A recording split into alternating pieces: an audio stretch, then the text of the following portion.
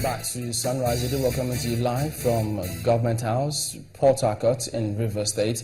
It's still an Easter day, and we are still hoping that you also extend that to the rest of your day. Well, this morning we're joined by His Excellency Nyesom Wike, Governor of Rivers State. Thank you for coming on this morning, sir. Thank you very much. Well, let's start off talking about politics, because lately there's been a lot of focus on the rerun election in Rivers State. We have different perspectives, even from the president, about these elections. But in terms of how the elections went, from your perspective, what do you think happened in terms of what went wrong? Well, somebody, thank you for this opportunity. We are told that the run will be on the 19th of March, 2016. Before that rerun date, we have had some information concerning the preparation of INEC, had collaborating with APC to employ ad-hoc staff that will help INEC to conduct the rerun election.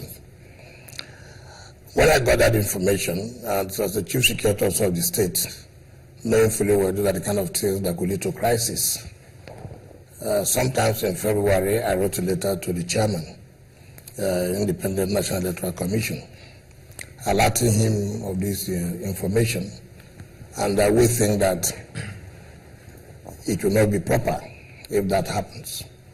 And I did also indicate in that letter that since it's a rerun election, not all the states are participating. They could go to other states and pick those who will be ad hoc staff. And the chairman, I didn't get any reply.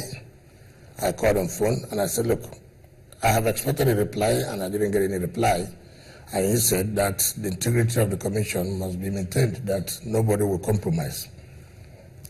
Then sometimes in March again, I got another information that they have gone to the University of Port Harcourt and have penciled down lecturers and staff of the university who are members of the party. I said, okay, let me have the list. Luckily, we got the list. And I wrote another letter to the chairman attaching the list of those persons that are members of the APC. Take, for example, in my local government, Obiakbo local government, there's one of them there who is from Ward 12, Ward 13, to be specific, Romola, who was one time organizing secretary of the APC and lectures in the University of Port Harcourt. I said, look, this is an APC member. Not that he comes from a local government and he comes from Ward 13. I indicated that.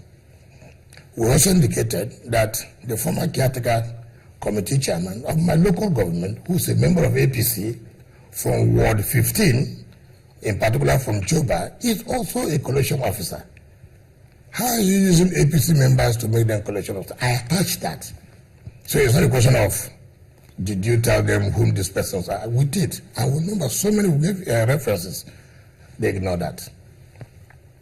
The day the DIG came into Port Harcourt to read the riot act to stakeholders, our Senator George Thompson Sakibo also presented that before the security and said, look, these are members of APC.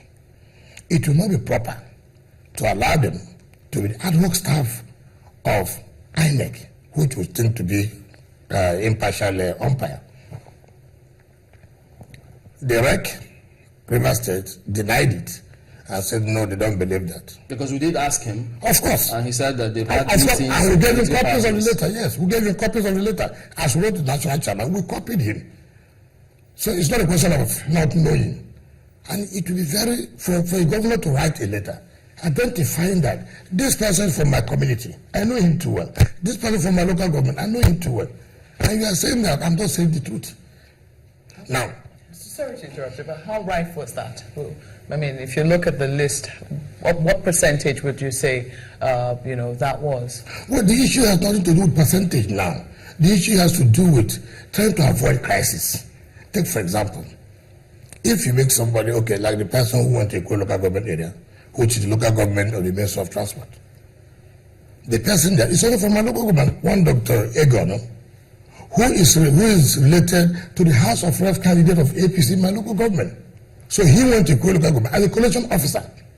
Now when they have collected all the world results For him now to collect as a constituency to declare that PDP had won the election, he ran away. That alone could cause crisis in that local government. So the issue of percentage is not what we're talking about. Now, take also, for example, in Port Harcourt local government, particularly in Ward 10, where the former Deputy Speaker House of Representatives comes from, right from Boston Upright. The candidate of APC House of Representatives, one Collins of Honda, also comes from that particular ward. You know the reason why I asked that question about percentage? Because if you say that the APC and INEC were in collusion, you know, and you heard that they were going to be taking APC members as ad hoc staff, you know, and you saw the list, it would seem that the entire list was filled with APC members. Those are the ones we can identify. At least we can select. These ones we know them. Now, about 300, and you are talking about almost 100. Okay. Now, for us, about 100 APC members. members. We identify them. Even in-laws of those who are conducting, who are contesting elections, we have made a collation officers. We indicated it and said, look, this is not right. Even if you want to give any support, but it's not so brazen that these people will know them. Just like I was saying, in Port Harcourt local government in Ward 10, if not for intervention, I know what would have happened there. What happened? A collation officer on a Saturday night was being looked for to collect the result of that particular ward. The presiding officers for the various units were already at the collation center to submit their results. This collation officer was nowhere to be found. Now, not knowing that, she is a friend to the candidate of APC in that local government. And that she has already prepared results to be declared. So when they were looking for her, they didn't get her. But the information came that, look, we have seen this woman. She's in my one police station. So everybody moved under. What is happening? Why are you in the police station? They were all looking for you last night to join other collation officers in order to collect the results. She said, oh, while she was at the INEC office, somebody gave her a ride. How could somebody give you a ride when they have provided a coastal bus to carry all the collation officers? And who is this person that gave you a ride? She didn't know. So what happened thereafter? Oh, her phones were off. Yes, their phones were off. What happened again? She couldn't say anything. How did they know that she had prepared results to be declared? Because we saw it. And that was what made me to go to the police station. And I called the AIG.